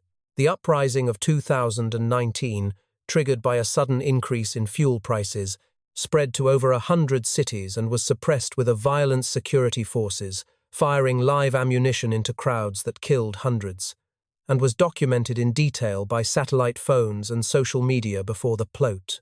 Government shut down the internet, and in September 2022, a 22-year-old Kurdish Iranian woman named Mahsa Amini was arrested by the morality police in Tehran for allegedly wearing her hijab incorrectly. She died in their custody 3 days later. What followed was not a protest, it was a reckoning. Women pulled off their headscarves in the street and burned them. Schoolgirls chased government officials out of their schools. The slogan, "Woman, Life, Freedom," 3 words in Persian that carried the weight of everything the revolution had promised and everything it had taken away, echoed from Tehran to Shiraz to the Kurdish highlands to the streets of cities around the world, where Iranians in exile stood in the cold and held photographs of a Tati, young woman who had done nothing wrong. The oldest civilization in the Middle East, still in the middle of the argument about who it is and what it will allow itself to become. There is a social practice in Iran that foreigners have been puzzling over for centuries. It is called ta'aruf, and on its surface, it looks like an elaborate performance of politeness, the host insisting the guest take more food when both parties understand the guest may decline, the shopkeeper offering a price and then waving away payment when both parties understand the money will eventually change hands, the person at the door insisting you go first so many times that an outsider watching might wonder if anyone will ever actually walk through. Iranians do not find this confusing. They find it obvious. It is not deception. It is a grammar, a way of conducting human relationships that acknowledges, at every turn, that the literal surface of what is being said is not the only thing being communicated. Behind the offer is a relationship. Behind the refusal is a question about that relationship. The real content of the exchange is happening in the space between the words, and both parties know it, and that knowledge is what makes the ritual work. To navigate Tarov fluently is to understand that the most important things in Iranian social life have never been said directly, because in a country where saying the wrong thing to the wrong person has, throughout most of its history, carried consequences ranging from social exile to death, the development of a sophisticated code for communicating without full exposure was not an affectation. It was survival technology, that instinct to carry the essential thing beneath a protective surface, to bend the outer form without surrendering the inner substance, is the thread that runs through every chapter of this story. When Alexander burned Persepolis, the Persian language went underground into oral tradition and kept breathing. When the Arab armies swept through and the fire temples went dark, Iranian identity folded itself into Shia Islam, like a letter folded into an envelope. The container changed, the message did not. When the Mongols destroyed half the cities on the plateau, the poets who survived wrote beauty so precise and so layered that it could mean everything and be killed for nothing, because the censor could never quite prove what the poet actually meant. When the CIA removed Mossadegh in 1953, the memory of what he represented, the possibility of democratic self-determination, of a government that answered to Iranians rather than to the price of oil on the London market, went underground again into the collective grief that would fuel the revolution 26 years later. Iran has never been a country that abandoned what it valued. It has been a country that learned, over 2,500 years of practice, to hide what it valued in places that invaders do not know to look. The gifts Iran gave the world fill the kinds of lists that textbooks skip over because they do not fit neatly into the stories those textbooks are trying to tell. The Cyrus cylinder is not a decoration in the British Museum. It is the earliest known articulation of the principle that conquered peoples have rights, that a ruler's legitimacy depends, in part, on how he treats the people who did not choose him. The scholars who built the mathematical and astronomical and medical foundations of the Islamic Golden Age, the men whose work preserved Greek philosophy and extended it into territories the Greeks had never reached, whose calculations underpinned navigation and architecture and medicine across the medieval world, were, in enormous proportion, Iranian. Ibn Sina's canon of medicine was taught in European universities for 500 years. Al-Biruni mapped the Earth's circumference with an accuracy that would not be matched for centuries. Omar Khayyam solved cubic equations and observed the stars from Nishapur, the same Nishapur that the Mongols would later reduce to pyramids of skulls. Rumi's poetry has been translated into more languages than almost any other literary work in history, and continues to be read by people who have never heard of the Seljuks or the Ilkhanate or any of the specific history that shaped the man who wrote it, because the poems speak to something in human experience that sits below the level of any particular culture or moment. These are not small contributions, they are foundations. They are the kind of thing that, once lost, leaves a hole in the floor of human knowledge that later generations fall through without understanding what is missing. But the losses are real too, and they deserve to be named with the same directness. The Zoroastrian tradition that Cyrus and Darius practiced, one of the oldest monotheistic religions on earth, the faith that may have influenced the development of Judaism, Christianity, and Islam through its concepts of good and evil, judgment and paradise, survives today in a community of perhaps 100,000 to 200,000 people worldwide, most of them in India, where their ancestors fled the Arab conquest rather than convert. The fire temples that once burned across the Iranian plateau are mostly gone. The languages that existed in Iran before Persian Elamite, Old Persian's immediate predecessors, the regional tongues that the Achaemenid administration documented in its records, are either dead or clinging to survival in small communities, at the margins of a world that does not particularly notice their fragility. The democratic experiment of 1953 was not just a political event. It was a moment when a different future became briefly visible, when an Iranian leader, freely elected, was doing what elected leaders are supposed to do, and was removed not because he had failed his people, but because he had succeeded too completely, and that success was inconvenient to people with power over oil markets. What might the Middle East look like today if that experiment had been allowed to continue? The question cannot be answered. It can only be carried. Iran Zamin, the land of Iran. In Persian, the word for the country is not simply a political designation. It carries a resonance of something older and larger than any specific government, any specific dynasty, any specific revolution. It means the land itself, the plateau between the mountains and the deserts, the place where the fire has been burning since before the first king gave it a name. When Iranians in exile speak of their country, and there are millions of Iranians in exile, scattered across Los Angeles and Toronto and London and Dubai, and 100 other places where the various disasters of the 20th century deposited them, they speak of Iran Zamin with a tenderness that is distinct from loyalty to any particular political arrangement. They are not defending a government, they are carrying a place. They are keeping alive, in the way that exiles have always kept things alive, something they were not willing to lose even when they could not stay. The patterns that run through 2,500 years of Iranian history are not comfortable to look at directly, because they are not unique to Iran. The empire that grows too large to govern itself, the brilliant administrator who builds something extraordinary and is then betrayed by the institution he built, the reform movement that gathers an enormous coalition and then watches that coalition fracture the moment victory is close enough to fight over. The people who absorb their conquerors so completely that the conquerors cease to exist as a separate force. These are not Iranian patterns. They are human patterns. Iran has simply lived through enough of them, enough times, that its history functions as a kind of compressed curriculum in what power does to people and what people do with power when they have no other tools. Every empire in this story believed it was the last one. The Achaemenids built at Persepolis a visual argument that the world had found its permanent center, and that center was them. The Mongols destroyed cities so completely that the land itself would remember. The British structured their oil concessions in ways that suggested the arrangement was simply the natural order of things, and that questioning it was a form of naivety. None of them were right. None of them will be the last. Iran is not finished. This is not optimism. It is the record.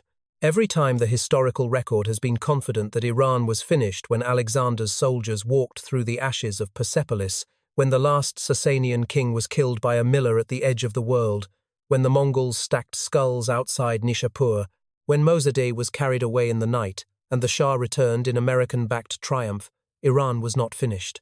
It absorbed the blow and kept going, not because it was invulnerable, but because it had learned, through the accumulation of catastrophe, that the thing worth protecting is not the political arrangement. It is the memory, the language, the poetry that means more than one thing so that no single authority can fully own it.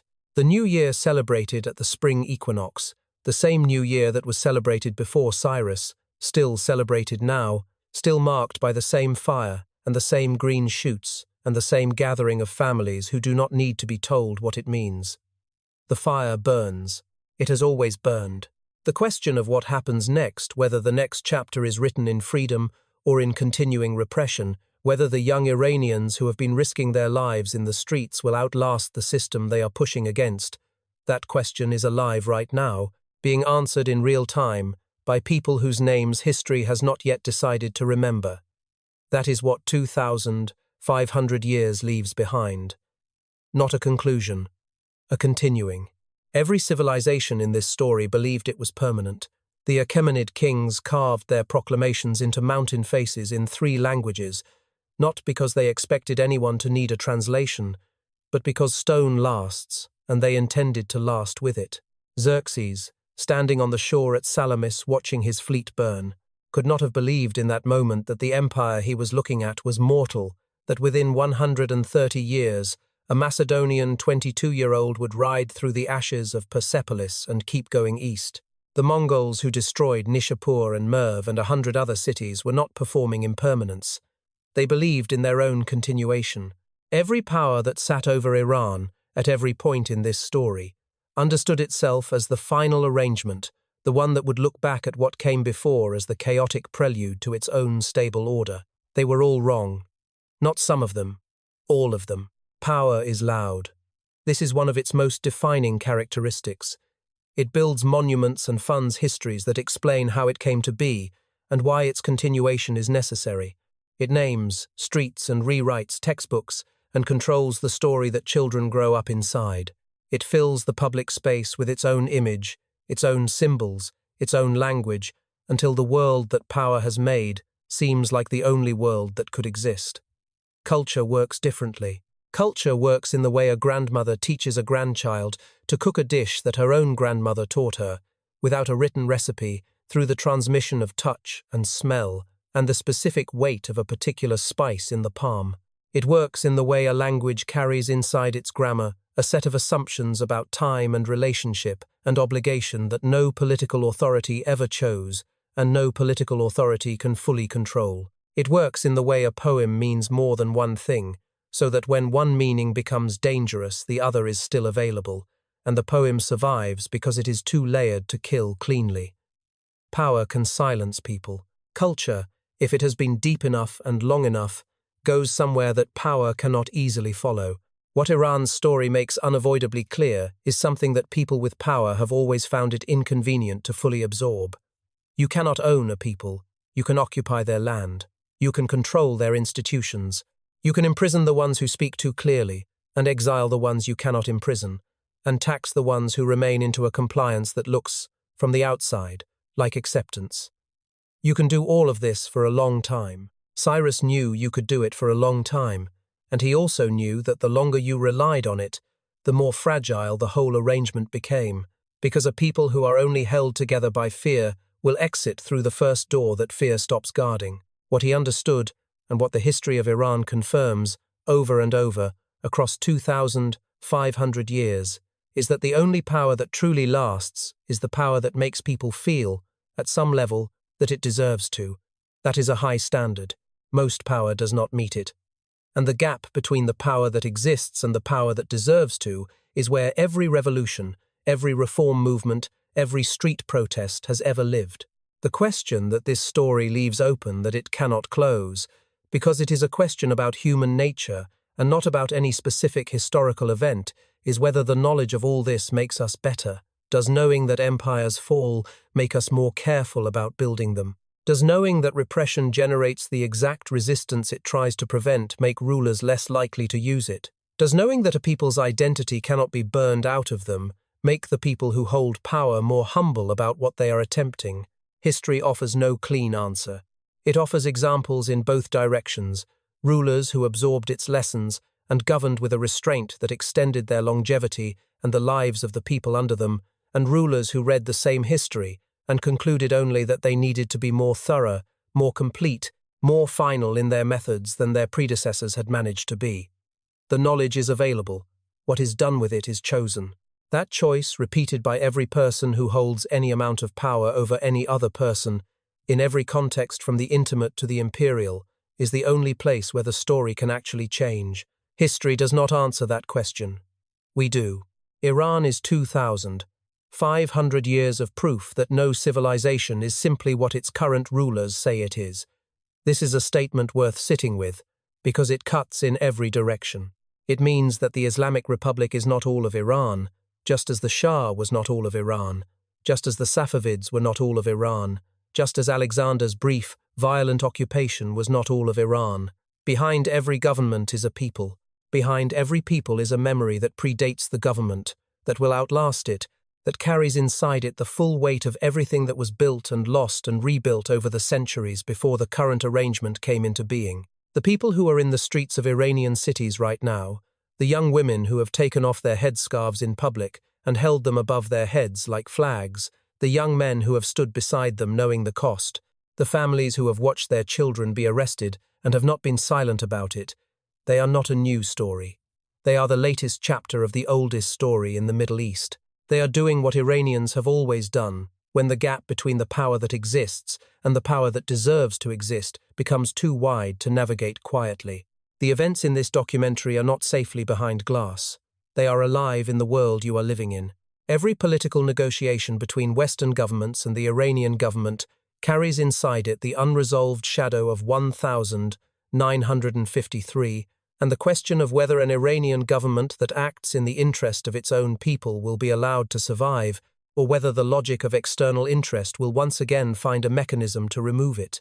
Every international conversation about Iran's nuclear program carries inside it the knowledge that Iran was the country that showed the world what it costs a nation to develop its oil industry on its own terms, and that the lesson taught in 1953 was that the cost could be made prohibitive.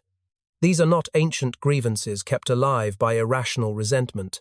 They are the living consequences of decisions made within living memory, by institutions that still exist, in the service of interests that have not fundamentally changed. What do you do with a story this long? You cannot summarize it.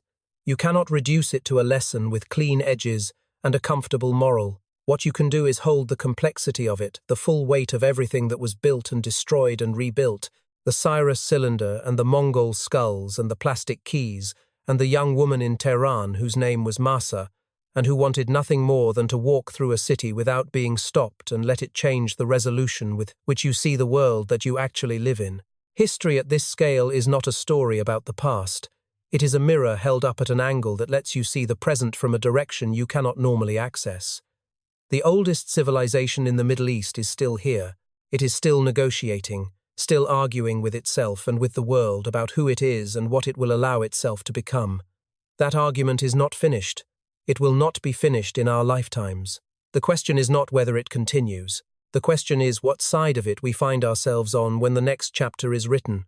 What do you think? After 2,500 years of survival, after everything you have just heard, do you believe a people can outlast any power that tries to own them? Leave your answer below, because history is still being made, and it is listening.